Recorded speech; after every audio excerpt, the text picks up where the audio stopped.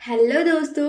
तो आज मैं काइजो नंबर 8 एनिमे के एपिसोड 8 को एक्सप्लेन करने जा रही हूँ। लेकिन अगर आपने इसके पिछले एपिसोड्स नहीं देखे हैं तो मैंने कमेंट और डिस्क्रिप्शन में प्लेलिस्ट का लिंक दे दिया है, वहां से जाकर देख ले, वरना ये एपिसोड आपको उतनी समझ में नहीं आएगी। तो एपिसोड 8 की शुरुआत वहीं से होती है। वाइस कैप्टन होसीना कहता है कि तुम्हें तो मैं ही मारूंगा। काफका कहता है अब मैं क्या करूं, मैं वाइस कैप्टन को अपने मुक्के से भी नहीं मार सकता। उसके बाद होसीना काफका को पहले ही अटैक में इंजर्ड कर देता है एंड और भी एग्रेसिव अटैक करने लगता है। काफका उसके अटैक से बच रहा होता है, फिर भी उसे थोड़ी चोट तो आ ही जाती है और एक बार तो वह उसके शोल्डर में बड़ा सा कट लगा देता है, जिससे काफका का कोर भी दिखने लगता है। काफका कहता है मुझे उनका अटैक दिखाई क्यों नहीं दे रहा है। होसीना कोर दिख जाने पर खुश होता है। वहीं काफका को जैसे ही थोड़ा टाइम मिलता है वो खुद को रीजनरेट कर लेता है और कहता है मैं और हम लोग को नहीं सह पाऊंगा।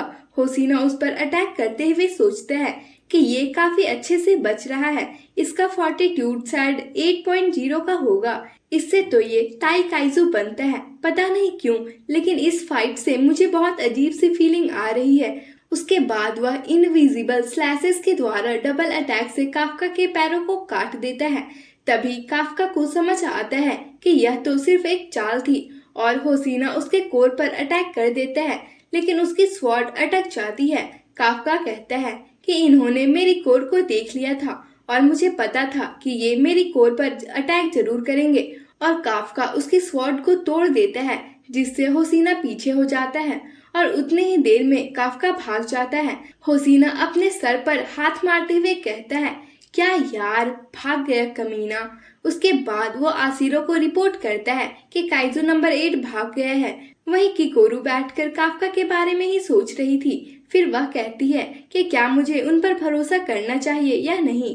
तभी वहां काफका आ जाता है और उसे खुश होता देखकर कहता है कि कहीं तुम मुझे लेकर परेशान तो नहीं थी। किकोरू कहती है नहीं, मैं कोई परेशान नहीं थी, मेरे पास और भी काम है। तभी वो काफका को इंजर्ड देखकर उसे पकड़ लेती है। काफका कहता है सॉरी, वो भाग निकला जिसने तुम्हें चोट पहुंचाई थी। किकोरू ब्लश करते हुए कहती है इतना मायूस होने की जरूरत नहीं है, उसे तो मैं ही मारूंगी। फिर काफका जाते हुए कहने लगता है कि रेनो और इहारू को बहुत ज्यादा चोट लगी थी, मुझे जाकर देखना होगा। किकोरू उनको पकड़कर कहती है कि आप वहां जाकर क्या करेंगे, आप डॉक्टर हैं क्या। आगे वह कहती है उन्हें कुछ नहीं होगा, आपको पता है डिफेंस फोर्स काइजू की रीजनरेशन टेक्नोलॉजी का यूज कर रही है, तो आपको उनकी नहीं खुद की फिक्र करनी चाहिए, क्योंकि न सिर्फ ऑफिसर्स ने बल्कि वाइस कैप्टन होसीना ने भी आपको देख लिया है। सीन शिफ्ट होता है और होसीना सैड होकर बैठा होता है। कैप्टन मीना कहती है तुम्हें इस तरह मायूस बहुत कम देखा है, क्यों ना तुम्हारी फोटो ले ली जाए। होसीना प्लीज फोटो मत लीजिए। मीना तो क्या काइजू नंबर 8 इतना स्ट्रॉन्ग था। होसीना मुझे लगता है वो एक ताई काइजू है। मीना हैरान होकर इसका मतलब वो फुकुओका के बाद 5 साल में पहला ताई काइजू होगा। होसीना अच्छी बात है कि नंबर 8 ने अभी तक कोई आतंक नहीं फैलाया है, वो वैसा काइजू नहीं है जो लोगों पर बेवजह अटैक करता है। फिर मन में सोचता है कि शायद यही बात मुझे खटक रही थी, उसने मुझ पर भी अटैक नहीं किया और वो जिस तरह से फाइट कर रहा था मुझे लगा कि मैं कोई इंसान से लड़ रहा हूँ। तभी मीना कहती है अभी तुम आराम कर लो, उसे मैं देख लूंगी। तभी होसीना को इकारुगा बताता है कि रेनो और इहारू पर हमला करने वाला काइजू वही है जो एग्जाम साइट पर नजर आया था, और जब वो उनके सामने आया तो इंसानी रूप में था। इसी के साथ उसी इंसानी काइजू पर सीन शिफ्ट हो जाती है। वो रोड पर जा रहा होता है, तभी एक आदमी कार रोककर उसे साइड होने के लिए कहता है, तो वो काइजू उसके पीछे जाता है और उसे मारकर उसकी बॉडी ले लेता है और कार ड्राइव करते हुए जाने लगता है। कार में ही वो न्यूज सुनता है कि डिफेंस फोर्स ने इस हादसे के बाद एग्जाम साइट और सागामिहारा में नजर आने वाला काइजू को अहम टारगेट घोषित कर दिया है और उसे काइजू नंबर 9 कोड दिया गया है। वो काइजू कहता है कुछ देर मुझे इसी शरीर में छुपे रहना होगा। सीन शिफ्ट होता है और रेनो होश में आता है। वो कहता है काफका सर, देख के अच्छा लगा कि आप बिल्कुल ठीक हैं। काफका उसे मारते हुए कहता है कि ये लाइन तो मुझे बोलना चाहिए था। रेनो अरे हाँ, हमारी जान बचाने के लिए शुक्रिया। इहारू हैरान होकर तुम इस अंकल को थैंक यू क्यों बोल रहे हो? हमारी जान तो काइजू नंबर 8 ने बचाई थी ना। रेनो, क्या इहारू भी इसी रूम में है? किकोरू उन्हें बचाते हुए कहती है, अरे नहीं, काफका ने उनके रिप्रोडक्टिव ऑर्गन ढूंढ निकाले जिससे उन्हें मारने में आसानी मिली, इसलिए वह उन्हें थैंक यू बोल रहा है। इहारू, ओ तो मैं भी बोल ही देता हूँ, थैंक यू अंकल। फिर वह कहता है, लेकिन मुझे समझ नहीं आ रहा काइजू ने हमारी जान क्यों बचाई। फिर वो काइजू की खूब सारी तारीफें करने लगता है, जिसे सुनकर तो काफका कुछ ज्यादा ही खुश हो रहा था। तभी फिर से वह कहता है, आप इतना खुश क्यों हो रहे हैं? किकोरू कहती है, खुश कहाँ हो रहे हैं, बदतीसी दिखाने का कोई मौका नहीं छोड़ते। उसके बाद इहारू और रेनो के वापस आते ही सब उन्हें कॉन्ग्रेचुलेशन विश करते हैं। रेनो कहता है, ये सब क्या है? काफका, हमारी पहली कामयाबी का जश्न। तभी काफका के ऑर्डर देते ही वहाँ टॉप क्वालिटी टेस्टी फूड पेश की जाती है। यह देखकर तो उनके होश ही उड़ जाते हैं। तो डोजिमा कहता है कि हम हारुची सर के पार्टी में इससे कम कुछ ऑर्गेनाइज नहीं करते हैं। हारुची कहता है, मैंने आपसे बजट कम रखने के लिए कहा था। दाजिमा कहता है, आपका जो भी बजट है हमें उतने ही पैसे दे देना। काफका कहता है, ये आखिर हारुची है कौन? किकोरू कहती है, आपको नहीं पता था जब आपने उसे ये सब करने को कहा? काफका, नहीं पता था। किकोरू बताती है कि ये इजीमो टेक्नोलॉजी का वारिस है, जो इस देश की सबसे बड़ी कंपनी है और एंटी काइजू हथियार मैन्युफैक्चर करती है।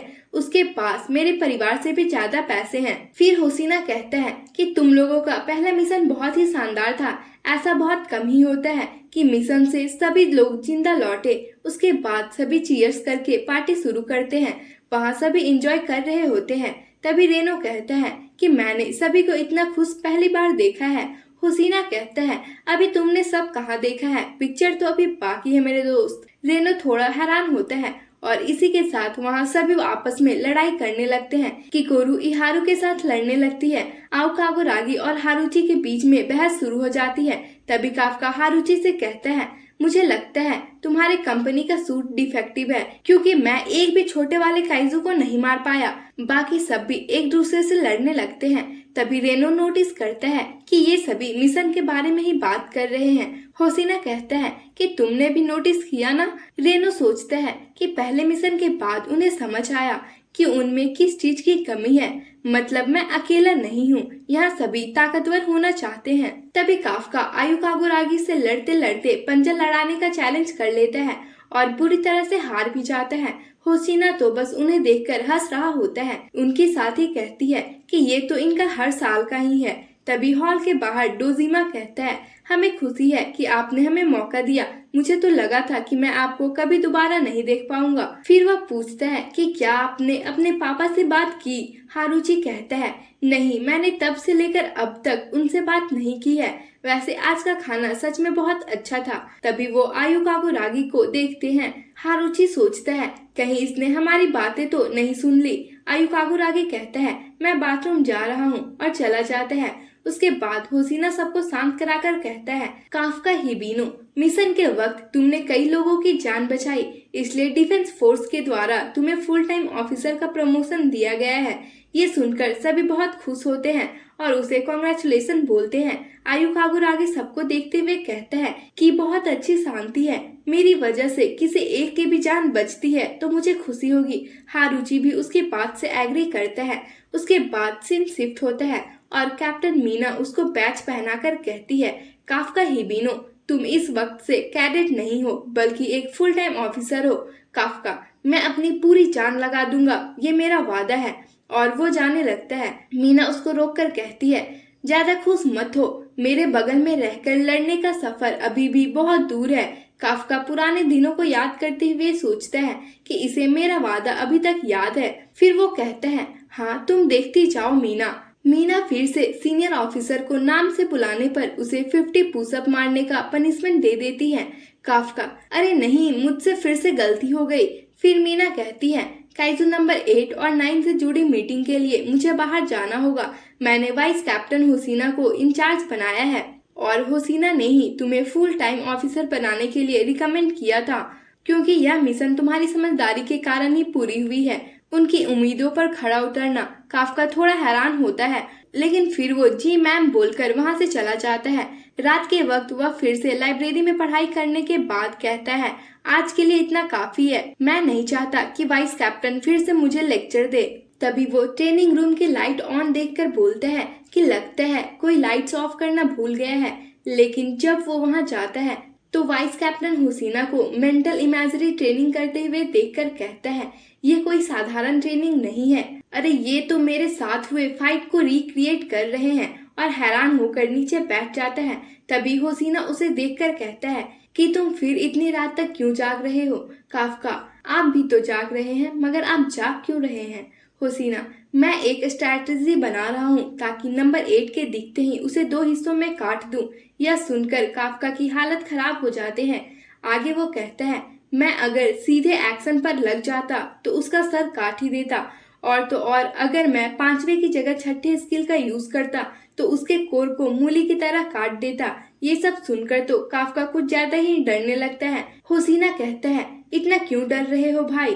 नॉर्मल ऑफिसर उन्हें नहीं मार सकते हैं, और नंबर 9 भी शायद उसके इतना ही स्ट्रांग है, तो उसे भी मुझे ही मारना होगा। काफका, वाइस कैप्टन, मैं जंग में आपकी मदद करने की पूरी कोशिश करूंगा। हुसीना उसका गला पकड़कर कहता है, प्रमोशन मिल गया है तो हीरो बन रहे हो, 1% पावर वाला मेरी मदद करेगा। फिर वह कहता है, अच्छा सुनो, मैं तुमसे 1% की उम्मीद तो कर ही सकता हूँ। अगले ही सीन में हम आसमान में अजीब से बड़े बड़े पक्षियों को देख सकते हैं। एक के ऊपर अजीब सा रेड काइजू होता है और वो उन्हें नीचे जाने के लिए कहता है। और इसी के साथ इस एपिसोड की एंडिंग हो जाती है। अब अगली एपिसोड अगले संडे को आएगी, और कल से मैं अपने चैनल पर नई सीरीज के एक्सप्लेनेशन भी अपलोड करने वाली हूँ, जो कि बहुत ही अमेजिंग है, तो उसको बिल्कुल भी मिस ना करे और हमारे चैनल को लाइक, शेयर एंड सब्सक्राइब कर ले, ताकि आने वाली वीडियोस आप तक आराम से पहुँच सके। तो मिलते हैं नेक्स्ट वीडियो में, तब तक के लिए bye bye, tata and thank you.